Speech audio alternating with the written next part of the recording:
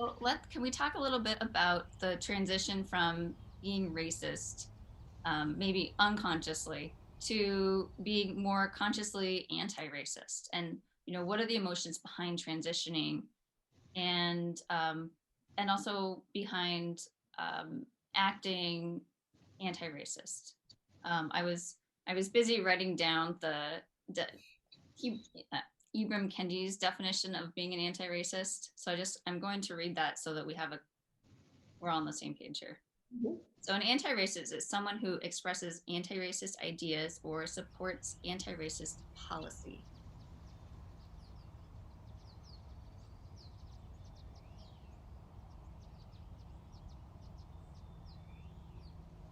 with their actions or words. So in my experience, an early one on the scene, along with panic and shame, is confusion. And I think in Sheila's example, if I had been the recipient of Sheila's very well worked anger right there, confusion might have been an emotion that would be up for me. Like, wait, I thought everybody's we're all adults here and everybody has their own voice and this is the way you're supposed to do it, and what is she telling me this, but I trust her, so what is this? And so for me there might be some confusion in there initially, and lots of people get panic about confusion. So there's like panic shows up for a lot of things. But confusion as an emotion is also a legitimate, it's doing a legitimate job. I think of it that the image I use for confusion is a babbling brook. So it's moving water, it's moving the silt from the bottom of the riverbed up, and it's nurturing the system. So if you didn't have confusion, all the silt would be on the bottom, and you wouldn't have that to nourish the system. With the confusion, it's coming up, it's bubbling, it's not yet integrated, it's not yet clear, but the new stuff is coming up. You're sensing it, it's there, you're starting to have access to it, and if you allow yourself to work with your confusion, to just be in that mix for a while, things will clarify, things will align. Your shame will help all the pieces that are coming up new from the confusion align and make sense, like Sheila's coworker finally got to. Mm-hmm. With the skillful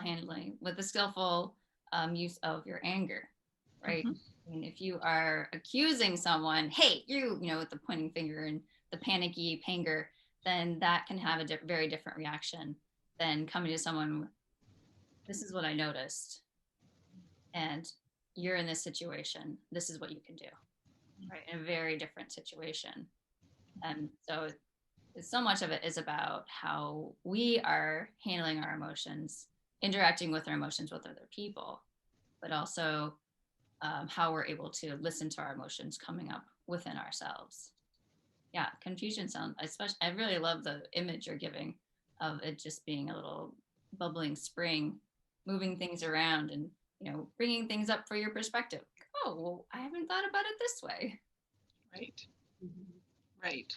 And if I had been that coworker, and because I know the emotions, at least the way Carla teaches them, um,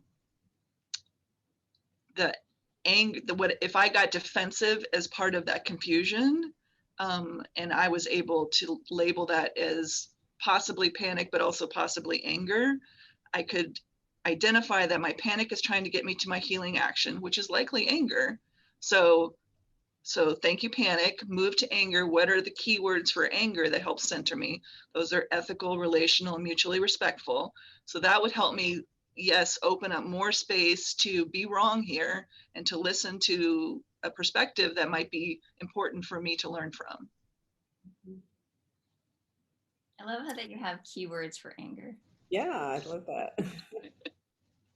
It's because panic, the fight form of panic and what we call anger, people often confuse, and they're very different things.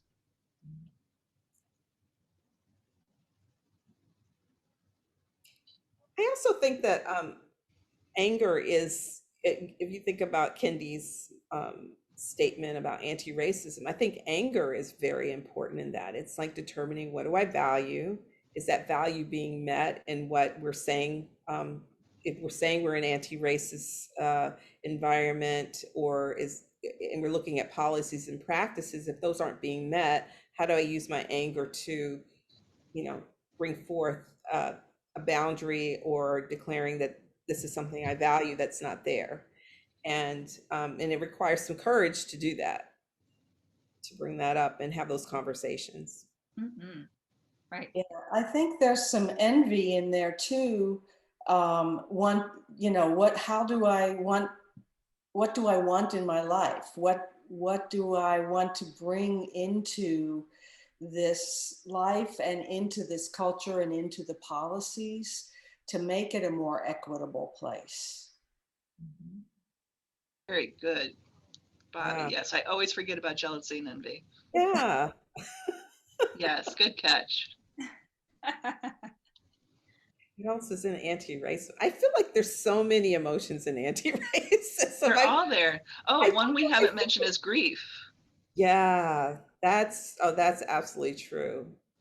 Yes. Yeah, grief for me was my entry into it was hate, actually, because I hated Trump's racism. And Carla said, well, if you hate Trump for his racism, then maybe look inside for your own racism. And I was like, I'm not racist. But when I went to looking, it was there. So God bless my hate for pointing me in that direction, and it helped me evolve. So I've been on a path of committed anti-racism since discovering my own racism. Mm-hmm. And the next big transition was the grief ritual where I met Sheila, actually, and got to see Bobby. Grief ritual that Carla did for racism in general. It was her first try. It was very broad, but one of the things that I did before entering that was I went to go visit, because it was in Virginia, and I went to school at University of Virginia, and my professor Farzaneh Milani was still there. She came over from Iran when she was 19, and I sat down and talked with her, and I had this moment where I got in touch with my grief for everything that she's had to experience as a Persian woman in the United States, and all that she's had to do to work just to be heard and seen, and given the basic respect that white women are given. And that grief broke open my anti-racism work in a whole new way. Like, it connected me with what's precious about this work, not just the values, not just the integrity, but what is precious about this work, about the importance of this work. And that preciousness makes this work sustainable for me. It's not just a should. It's a work of love. I've never associated the word precious with the work of anti-racism. Mm-hmm. That makes a huge difference in my perception of it. Mm-hmm. Thank you. That's beautiful. Mm-hmm. I think also we want to call out sadness. There's a lot to let go of in anti-racism work, and deconstructing the systems that have been put in place and maintained. And then a grief for what's going to be mourned in that system not being there in the way it has been before. So, like I said, I just feel like all the emotions are in this work at different places. I mean, I think even joy and contentment are in there as we, experience accomplishments, and we see the changes that anti-racism work creates for the world that we live in. Mm-hmm. And anxiety, like, what's the world going to look like, and how will I fit in it, and what will I do, and very self-centered kind of anxiety. And what really needs to happen so that we can move in that direction. Yeah. And fear, so that you can look around and see, where is this anti-racist work necessary, and what's changing right now. What is my intuition saying about this, and where can I really be of use? Yeah, and alertness to the shadow that will come up as we try to deconstruct things. So, we're all, I think it appears like we're always on a pendulum with this work. There's movement forward, and then there's resistance and movement backwards. And so to be alert as to what that means and how to pay attention to that movement.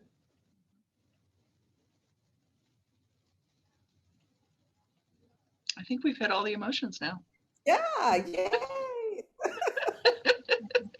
Yep. Yeah. Patience. I think patience with ourselves is really important. There's definitely a sense of, now that we're aware of it, let's just go change it. Let's go do it. But change is gradual. Lasting change is gradual. And I know that it's been a process for me to go through my own racist history and look at my own racist ideas and reconsider and redraft my contracts. And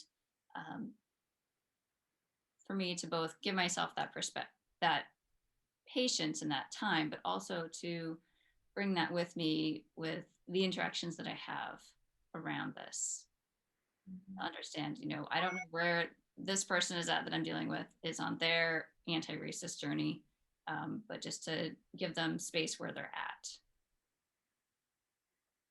to feel what they're feeling, and perhaps maybe some new ideas, a new perspective.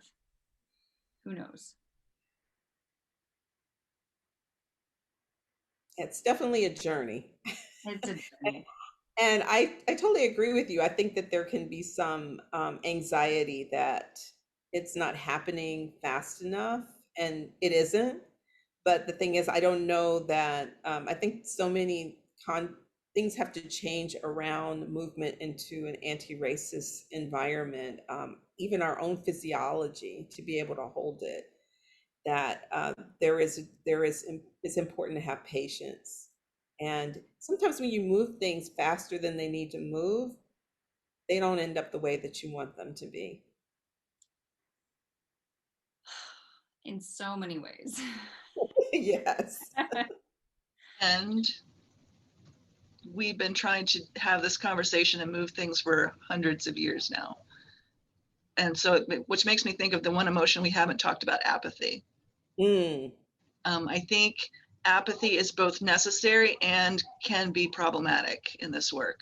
It's necessary in that we need breaks. We need to be able to like check out, doodle, watch videos, not think about the great big important work of anti-racism for periods of time in order to rejuvenate.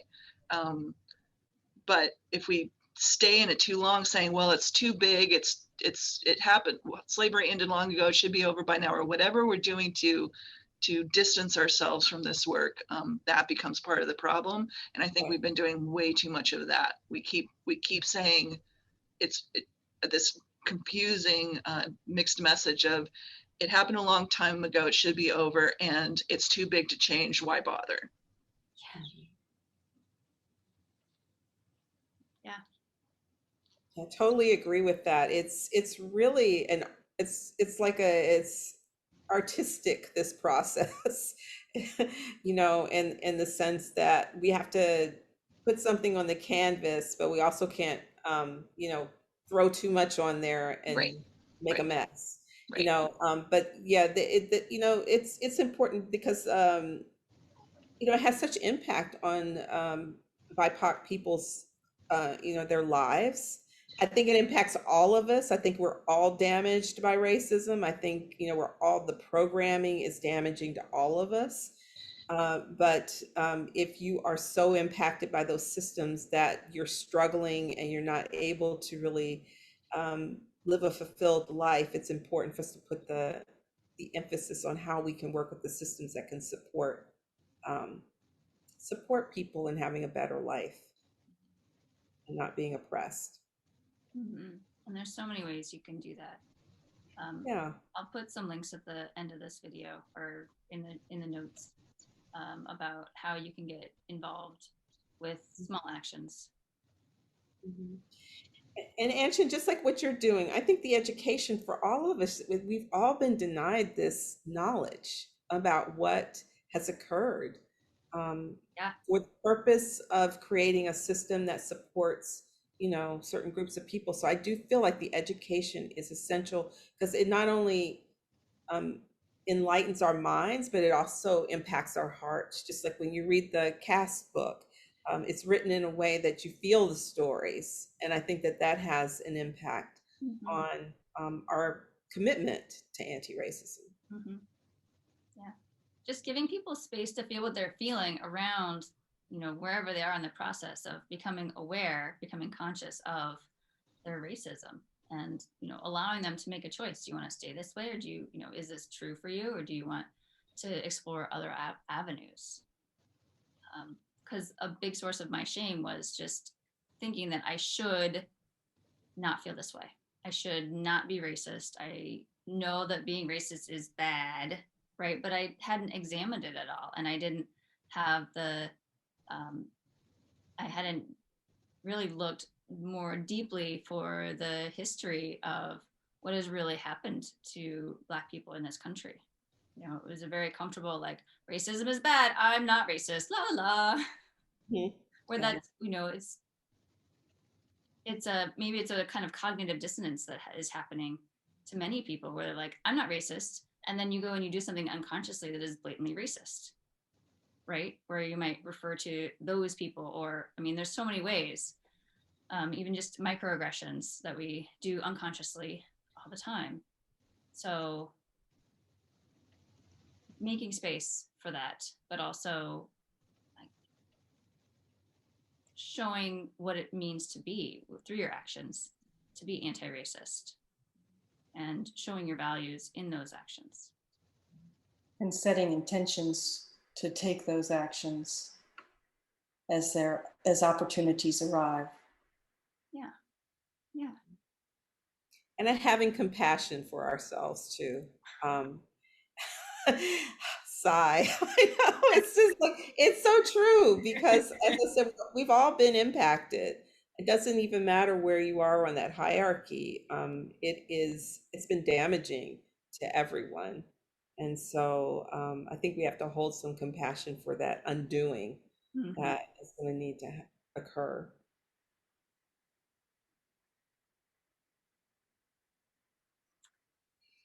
I just want to thank all of you for being present and willing to share your stories and your experiences, and your knowledge today.